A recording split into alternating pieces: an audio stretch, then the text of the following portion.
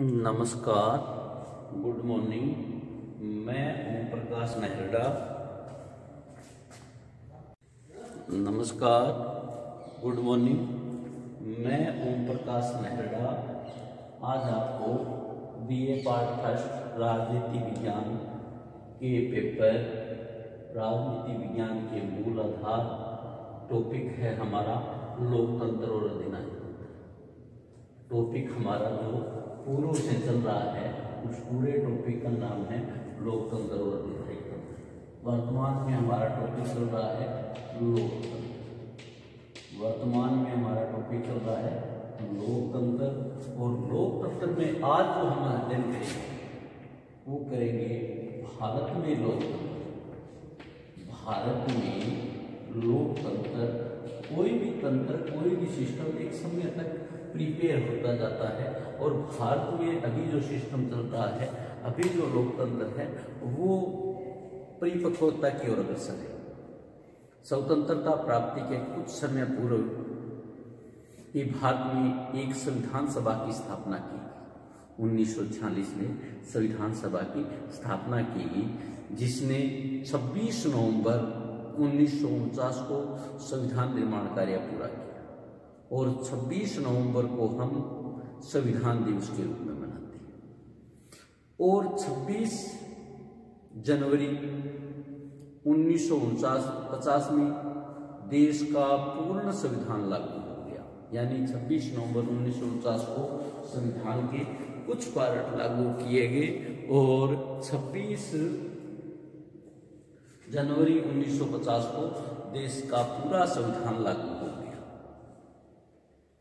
संविधान के द्वारा भारत में एक प्रजातंत्रात्मक गणराज्य की स्थापना की गई और प्रजातंत्र का आधारभूत सिद्धांत वयस्क मताधिकार, यानी सारे देश के नागरिकों की 18 वर्ष, पहले 21 वर्ष था, वर्तमान में 18 वर्ष कर दिया है। 18 वर्ष का प्रत्येक नागरिक वयस्क है, उसे मताधिकार का अधिकार मिलेगा। यानी वयस्क मताधिकार का स्वीकार किया गया है। संविधान के द्वारा एक धर्मनिरपेक्ष राज्य की स्थापना की गई है और नागरिक और भारतीय नागरिक स्वतंत्रताओं का पूर्ण उपयोग कर सके, पूर्ण उपयोग कर रहे हैं। इस प्रकार यह कहा जा सकता है भारतीय संविधान आदर्श रूप में एक लोकतंत्रात्मक संविधान है। भारत में ये भी है, संविधान सभा का गठन भी लोकतंत्रात्मक तरीके से किया गया था। संविधान सभा के सदस्यों को भी लोकतंत्रात्मक तरीके से किया गया था। सभी स्थान के थे, सभी भाषा के थे, सभी धर्म के थे, सभी संप्रदाय के थे, सभी जाति के थे। कोई भी ऐसा नहीं था कि भारतीय संविधान को लोकतंत्रात्मक पद्धति न अपनाए। संविधान निर्माण के समय संविधान सभा के अंदर वह भारत व विदेशों में भारतीय जनता की राजनीतिक जागरूकता के प्रति बहुत अधिक शंका व्यक्त की गई। लेकिन अब तक जिस शांतिपूर्ण ढंग से आम चुनाव संपन्न हुए, भारत में अशिक्षित जनता ने भी अपने विवेक के आधार पर अपनी राजनीतिक शक्ति का प्रयोग किया है, जिसके आधार पर कहा जा सकता है भारतीय नागरिक एवं प्रजातंत्रात्मक देश में सुयोग्य नागरिकों को समान आचरण कर सकते हैं और उन्होंने इसी रूप में आचरण किया है। भारतीय जनता चंद वर्षों में 7 बार अपनी राजनीतिक जागरूकता, परिपक्वता तथा लोकतंत्रता के प्रति अपनी आस्था का परिचय दे चुकी है। मार्च 1977 में लोकसभा चुनाव में उसके द्वारा अधिनायकवाद की ओर बढ़ती प्रवृत्ति का विरोध करते हुए लोकतंत्र का समर्थन किया गया, क्योंकि 77 तक जाते आते एक सरकार, एक पार्टी की सरकार होने से वह अधिनायक तंत्र की ओर जा रही थी। इसलिए भारतीय जनता ने अधिनायक तंत्र का विरोध करते हुए लोकतंत्र की बात की, लोकतंत्र का समर्थन किया। लेकिन अब शासन के संचालन में तत्कालीन शासन वर्ग की अक्षमता प्रकट हो गई और केंद्र में राजनीतिक अस्थायित्व की स्थिति पैदा होने लगी। तब जनता ने इस राजनीतिक सत्य को समझा कि लोकतांत्रिक व्यवस्था और देश के हित में क्षमतावाद शासन और राजनीतिक स्थायित्व आवश्यक है, क्योंकि सरकार थोड़े समय बाद गिर गई। इसी प्रकार 1989 में भी जनता ने तत्कालीन सरकार पर भ्रष्टाचार के आरोप लगाते हुए भ्रष्ट और असक्षम शासन के विरुद्ध मतदान किया। 1991 में राजनीतिक स्थायित्व के विरुद्ध आदेश दिया। 11वीं लोकसभा के चुनाव में जनता ने कम अधिक रूप में सभी राजनीतिक दलों को अस्वीकार कर दिया, यानी 1996 में सभी राजनीतिक दलों को अस्वीकार कर दिया और अपनी समस्त सोच और प्रणाली में पुनर्विचार का संदेश दिया। 12वीं लोकसभा के चुनाव में भी जनता ने एक और पुनः सभी राजनीतिक दलों को अस्वीकार कर दिया और साथ में यह निर्णय दिया कि जिस राजनीतिक दल और व्यक्तित्व को अब तक शासन करने का अवसर नहीं मिला, उसे शासन करने का अब एक अवसर मिलना चाहिए। 13वीं लोकसभा चुनाव में जनता तो किसी एक राजनीतिक दल को स्पष्ट जनादेश देना चाहती थी, लेकिन विद्यमान राजनीतिक स्थिति में एक राजनीतिक गठबंधन को ही आदेश दे पाई। इस प्रकार भारत पहला विकासशील देश है जिसमें मतपेटी के आधार पर अब तक 6 बार सत्ता में परिवर्तन किया। 1977, 1980, 1989, 1991, 1996, 1998 सत्ता परिवर्तन हो चुका है। 1985 के लोकतंत्र की दिशा में एक कार्य दल बदल कानूनी रोक 52वें संविधान संशोधन के रूप में संपन्न हुआ। इस कानून में कुछ कमियां अनुभव की गई। इन कमियों को दूर करते हुए 91वें संविधान संशोधन 2003 के आधार पर दल बदल पर पूर्णतया कानूनी रोक लगा दी गई। यह लोकतंत्र की दशा में निश्चय ही एक श्रेष्ठ शासन है। लोग भ्रष्ट पैसे के बलबूते पर स्वार्थवश एक पार्टी को छोड़ के दूसरी पार्टी में बड़ा समर्थन दे देते थे, तो इसलिए दल बदल कानून के आधार पर रोक लगा दी गई। लेकिन इन सब का तात्पर्य यह नहीं है कि हमने एक पूर्ण प्रजातंत्र की स्थापना कर दी है। भारतीय प्रजातंत्र के मार्ग में निश्चित रूप से कुछ बाधाएं हैं, जिनका हम BA पार्ट सेकंड में करेंगे। भारतीय राजनीतिक व्यवस्था के समक्ष समस्याओं में 50 वर्षों में समय में बार बार और ऊंचे शहरों में समाजवादी ढांचे में समाज की स्थापना की घोषणा करके भी आर्थिक विकास की दिशा में नहीं के बराबर प्रगति हुई। जैसा कि BK नेहरू ने कहा है कि विश्व के कम विकसित देशों में 70वीं यदि आंका जाए तो भारतीय निर्धनता की श्रेणी में आते हैं, भारतीय निर्धन देशों की श्रेणी में आते हैं। भारतीय लोकतंत्र में जो स्थिति आई उन सब का यह निश्चित कहा जा सकता है कि भारत में लोकतंत्र की स्थापना में बहुत अधिक प्रयास किया। शिक्षित बेरोजगारों की समस्या भारतीय प्रजातंत्र के लिए एक नवीन संकट के रूप में बढ़ती जा रही है। बेरोजगारों का ये समूह है भारतीय जो प्रजातंत्र है, भारतीय लोकतंत्र है, उसके लिए घातक है। शिक्षा के क्षेत्र में हमने शिक्षित व्यावहारिक प्रतिशत भले ही बढ़ा लिया, हमने साक्षरता का प्रतिशत भले ही बढ़ा लिया, यह शिक्षा न तो रोजगारों की ओर ले जाती और न ही स्वतंत्र रूप से विचार प्रकट करने की स्थिति पैदा करती। दलीय व्यवस्था की दृष्टि से आज हम 1996 से 2004 के वर्षों में स्थिति जितनी असंतोषजनक रही है वैसे कभी नहीं 96 में चुनाव हुए, 97 में हुए, 98 में हुई, यानी 3 वर्षों में 3 बार चुनाव। आज सही अर्थों में कोई भी अखिल भारतीय दल और न ही कोई अखिल भारतीय राजनीतिक व्यक्तित्व है। भारत की जनता चुनाव में स्पष्ट जनादेश देना चाहती है, लेकिन इस राजनीतिक स्थिति के कारण वह ऐसा नहीं कर पा रही है। कहना चाहिए कि सभी राजनीतिक दलों ने अपनी संकीर्णताओं के आधार पर जनता जनार्दन और उसके विवेक को पराजित कर दिया। 1990, 1991 तथा पुनः 1996, 1999 के वर्षों में देश राजनीतिक अस्थिरता के गंभीर दौर से गुजर चुका है। 1998 में गठित वाजपेयी सरकार भागीदारी दलों के निरंतर दबाव में पीड़ित रही और उसका कार्यकाल 13 महीने में समाप्त हो गया और उन्हें त्यागपत्र देना था। विपक्ष सरकार नहीं बना सका और मार्च 1998 में गठित लोकसभा अप्रैल 1999 तक भंग कर दी गई। राजनीतिक अस्थिरता की स्थिति में लोकतंत्र को उपहास का विषय बना दिया, मजाक का विषय बना दिया। लेकिन 13वीं लोकसभा चुनाव के बाद पुनः भारतीय राजनीति में स्थायित्व की स्थिति में प्रवेश किया। आशा की जा रही है कि आगे भी भारतीय राजनीति स्थायित्व बनाने में सफल रहेगी। भारत में लोकतांत्रिक और संसदीय परंपराओं का सामान्य अभाव है। हमारी जो परंपराएं हैं इंग्लैंड की तरह लोकतांत्रिक और संसदीय नहीं है।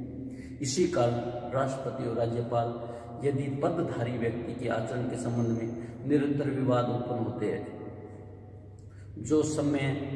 जो समस्त लोकतंत्र का परिचय नहीं देते।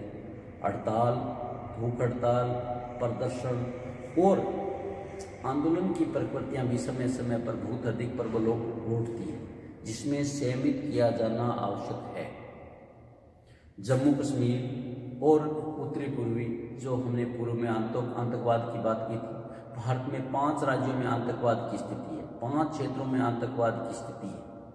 यह भारतीय नागरिकों को यह समझ नहीं होगी कि भारत देश एक विकासशील देश में लक्ष्य अनुशासित लोकतंत्र ही हो सकता है।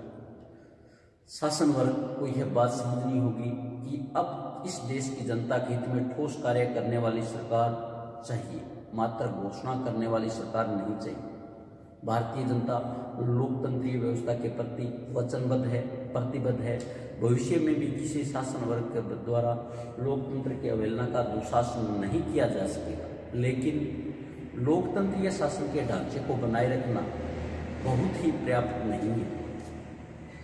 लोकतंत्र की सफलता के लिए आवश्यक है कि लोकतंत्र के लक्ष्यों को प्राप्त किया जाए, और वह लक्ष्य है लोकतंत्र की सफलता के सबसे बड़े लक्ष्य है सामाजिक, आर्थिक तथा राजनीतिक समानता।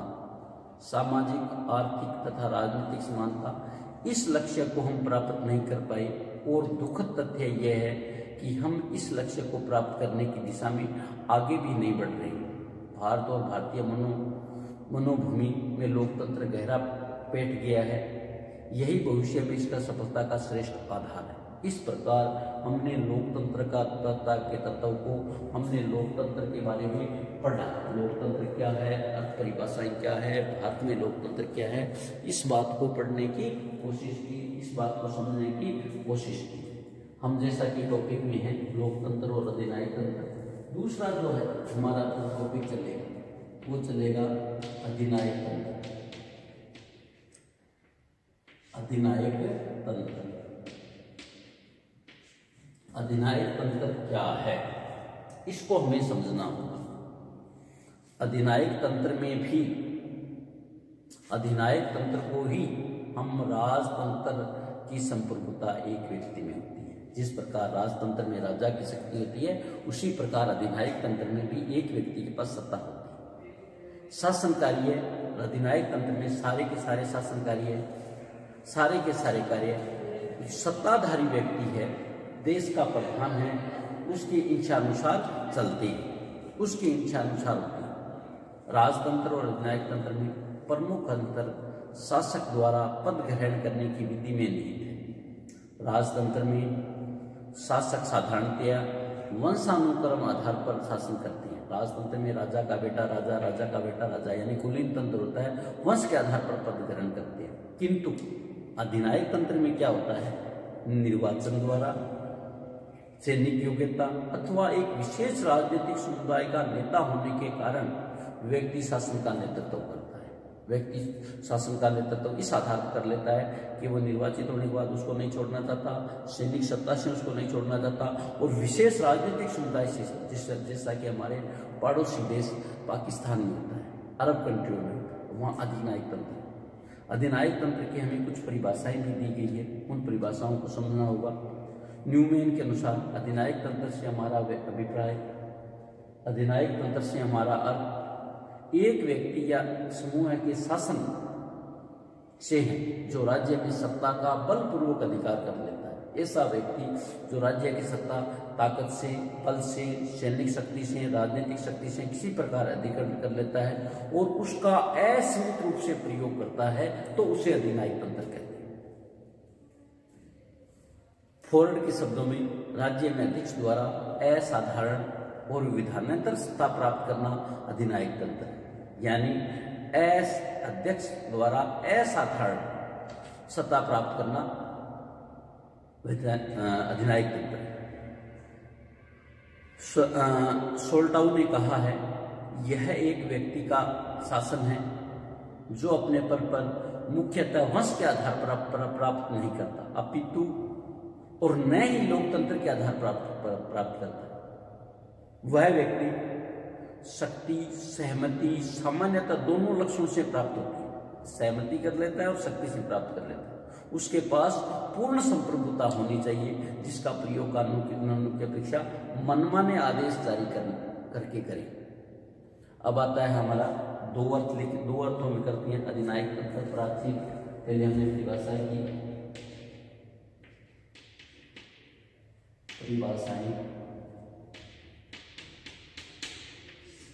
फिर है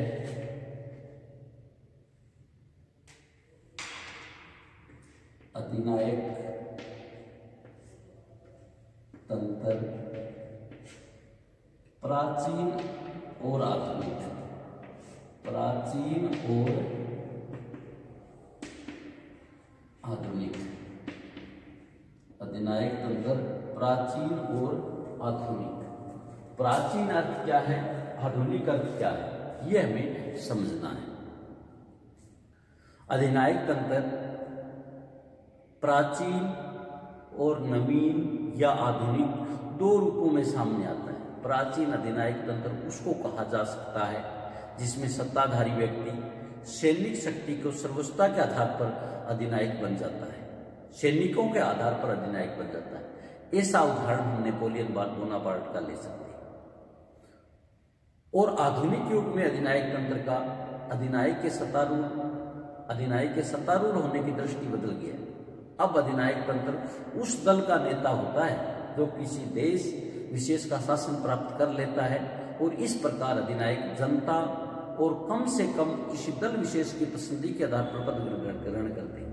तथापि सत्तारूढ़ होने के बाद वो तानाशाही ढंग से देश का संचालन करते हैं।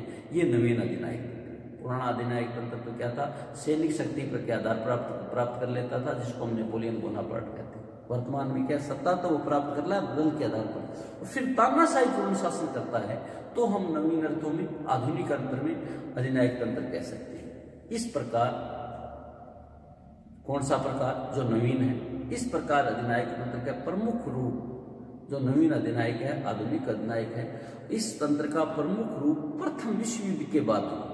उदाहरण के लिए 1922 में फांसी दल की सहायता से मुसोलिनी सत्ता पर काबिज हुआ। 1923 में ग्रीमो दी रिवेलरा स्पेन में काबिज हुआ तथा 1933 में हिटलर नाजी की सहायता से जर्मन का अधिकारी बन गया, जर्मन का तानाशाह बन बैठा। प्रथम विश्व युद्ध के बाद स्थापित अधिनायक तंत्र को इस रूप में आर्थिक विचारधारा के आधार पर दक्षिण पंथी कहा जा सकता है, लेकिन कार्ल मार्क्स के विचारों से प्रेरणा ग्रहण करते हुए 1917 में सोवियत रूस में तथा दूसरे विश्व युद्ध के बाद यूरोप में चीन एक प्रकार से अधिनायक तंत्र की स्थापना की गई, जिसमें वामपंथी अधिनायक तंत्र या सर्वहारा वर्ग के अधिनायक तंत्रों का नाम दिया। नेक्स्ट है आधुनिक अधिनायक तंत्र का अधिनायकवाद का उत्कर्ष। आधुनिक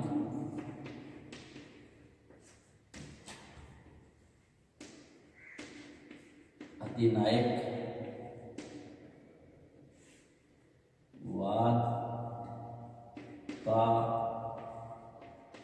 उत्कर्ष। आधुनिक अधिनायकवाद का उत्कर्ष। आज जो अधिनायकवाद है इसका उत्कर्ष कैसे हुआ? प्रथम विश्व युद्ध को स्वेच्छाचारिता के विरुद्ध लोकतंत्र का युद्ध कहा गया था, लेकिन युद्ध समाप्त होने पर यह आशा की जाती थी कि अब संपूर्ण यूरोप में लोकतंत्र स्थापित हो जाएगा। लेकिन वर्साया की संधि ने ही लोकतंत्र के विनाश के बीज निहित थी। और युद्धोपरांत परिस्थितियां ने पल्वित होने के पर्याप्त अवसर मिला। परिणाम स्वरूप सन 1949 तक Italy, Spain, Poland, Yugoslavia, Romania, Germany और ग्रीस में अधिनायक तंत्रवाद की स्थापना की। अब अधिनायकवाद की स्थापना किन परिस्थितियों में की गई, कौन सी परिस्थितियां उत्तरदायी है? अधिनायकवाद की स्थापना में जो परिस्थितियां हैं, कौन सी परिस्थितियां उत्तरदायी है, उन परिस्थितियों की बात करेंगे। अधिनायकवाद की स्थापना में कौन कौन सी परिस्थितियां हैं? नंबर है संसदीय संस्थाओं के प्रति अविश्वास। नंबर 1 हमारा आता है संसदीय संस्थाओं के प्रति अविश्वास। संसदीय संस्थाओं के प्रति अविश्वास पहला जो कारण है, पहली जो परिस्थिति है, संसदीय संस्थाओं के प्रति अविश्वास। प्रथम विश्व युद्ध के भीषण विनाश से पीड़ित मानव संसदीय संस्थाओं के प्रति विश्वास खो चुके थे। युद्ध में लौटे हुए सैनिक उसे लोकतंत्रात्मक शासन व्यवस्था से पूर्णतः असंतुष्ट थे, जिसके कारण उन्होंने अपने स्वजनों को खो दिया था। वो अब युद्ध का हर्जाना मांग रहे थे। कालांतर में यही असंतुष्टि जो थी, संसदीय शासन व्यवस्था के युद्ध में हर्जाना मांग रहे थे, यही असंतुष्टि हमारे अधिनायक तंत्र के रूप में सामने आई, अधिनायकवाद के रूप में सामने आई। दूसरा है वर्साया की संधि।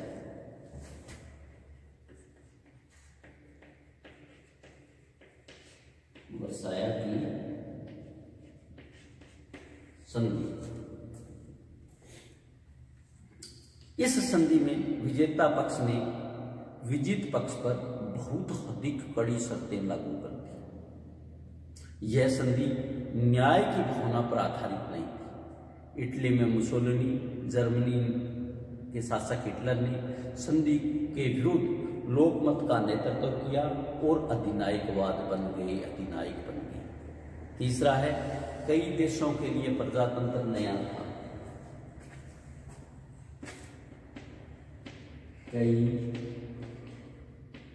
देशों के लिए प्रजातंत्र नया था। कई देशों के लिए प्रजातंत्र नया था। नया होने से जनता द्वारा उसे स्वीकार नहीं किया गया। प्रथम विश्व युद्ध के बाद पोलैंड, यूगोस्लोवाकिया आदि देशों की रचना प्रजातंत्र के आधार पर स्थापित किया गया, लेकिन इन देशों में प्रजातंत्र बिल्कुल नया था और नया अनुभव होने के कारण प्रजातांत्रिक परंपराओं का लोगों में अभाव था और प्रजातांत्रिक परंपराओं का अभाव होने के कारण वहां का शासन शीघ्र अधिनायकवाद की ओर चला गया, अधिनायकवाद बन गया। नंबर 4 है आर्थिक आत्मनिर्भरता की नीति का प्रतिपादन। आर्थिक आत्मनिर्भरता की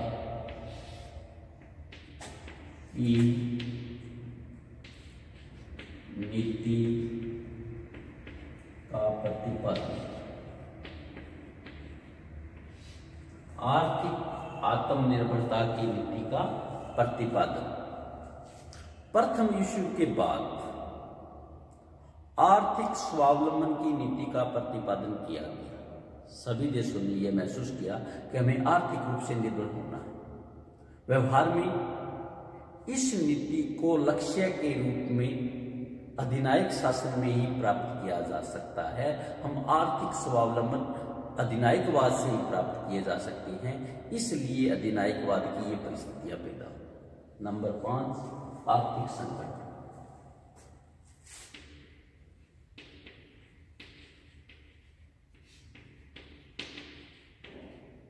आर्थिक संकट।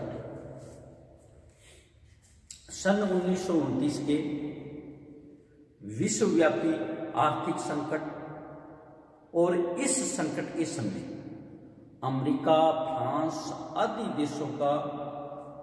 देशों द्वारा अपनाई गई आर्थिक नीति के कारण सभी देशों की आर्थिक स्थिति बहुत खराब हो गई। सारे देशों की स्थिति खराब हो गई। आर्थिक संकट की मुक्ति पाने के लिए आर्थिक स्रोत पूर्णतः उपयोग की आवश्यकता पर निर्भर करते थे, जो कि एक नियोजित अर्थव्यवस्था से ही किया जा सकता है। नियोजित अर्थव्यवस्था आर्थिक अधिनायकवाद से भली भांति परिचित थी।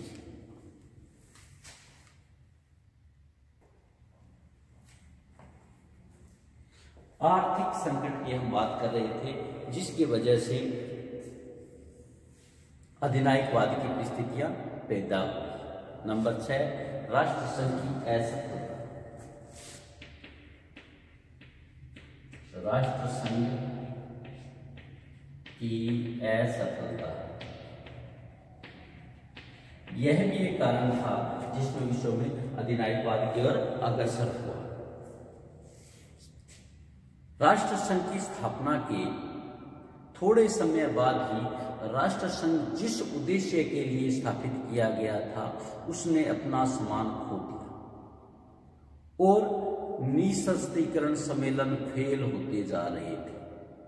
बड़े देशों द्वारा किया जाने वाला सशस्त्रीकरण, बड़े देशों का शस्त्रों का निर्माण करना, शस्त्र रूप से मजबूत होना, छोटे देशों में उनके अस्तित्व के प्रति शंका उत्पन्न कर रहा था।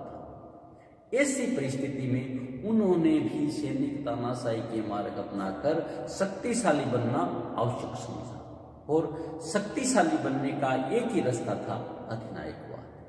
नंबर 7 है प्रजातंत्र के कठिन आदर्श।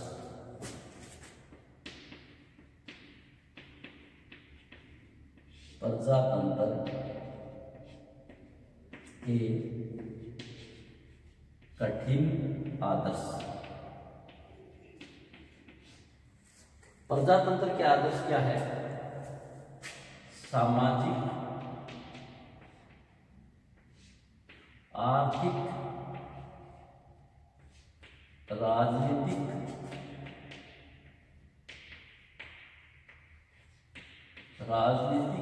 न्याय की स्थापना करना या इस समानता की स्थापना करना या इस स्वतंत्रता की स्थापना करना कि स्वतंत्रता, समानता, न्याय, सामाजिक, आर्थिक, राजनीतिक, ये है हमारे प्रजातंत्र के आदर्श, प्रजातंत्र के आइडिया। प्रजातंत्र के आदर्श कार्य रूप में बहुत अधिक कठिन है। ये तीनों आदर्श कार्य रूप में बहुत कठिन है। ये सामाजिक, आर्थिक, न्याय की स्थापना नहीं की जा सकती समान रूप से, सामाजिक आर्थिक समानता की बात नहीं की जा सकती। तो ये जो आदर्श है ये बहुत कठिन है और इनकी तुलना में अधिनायकवाद बहुत सरल व्यवस्था थी, जिसके अंतर्गत जनता का एकमात्र कार्य क्या था? आज्ञा पालन करना, यस नहीं बनना, हाँ करनी। यही कारण था कि प्रथम विश्व युद्ध के बाद की परिस्थितियों में प्रजातंत्र एक भ्रम रह गया और अधिनायकवाद वास्तविक शासन रह गया। इस प्रकार हमने लोकतंत्र को पूरा टुकड़ा किया, भारतीय लोकतंत्र को समझा और फिर हमने अधिनायक तंत्र की बात की। अधिनायक तंत्र में 2 बातें आई, प्राचीन और आधुनिक। प्राचीन में हमने नेपोलियन का नाम लिया, आधुनिक में हमने प्रथम विश्व युद्ध के बाद जो हुआ मुसोलिनी वगैरह का जो अधिनायकवाद। फिर हमने अधिनायकवाद की स्थितियों की बात की। परिस्थितियों में संसदीय संस्थाओं का विश्वास खो जाना, वर्साया की संधि भी एक कारण था जिसमें कमजोर देशों पर शर्तें लाद दी गई। कई देशों में प्रजातंत्र नया था तो वहाँ की परिस्थितियों के अनुसार लोग ढल नहीं सके। चौथा था आर्थिक आत्मनिर्भरता की नीति का प्रतिपादन। आर्थिक संकट, राष्ट्रसंघ की असफलता और प्रजातंत्र की कठिन आदर्श, इन सभी कारणों से, इन सभी परिस्थितियों से, इन सभी वजह से अधिनायकवाद का उदय हुआ, अधिनायकवाद स्थापित हुआ। थैंक यू, धन्यवाद।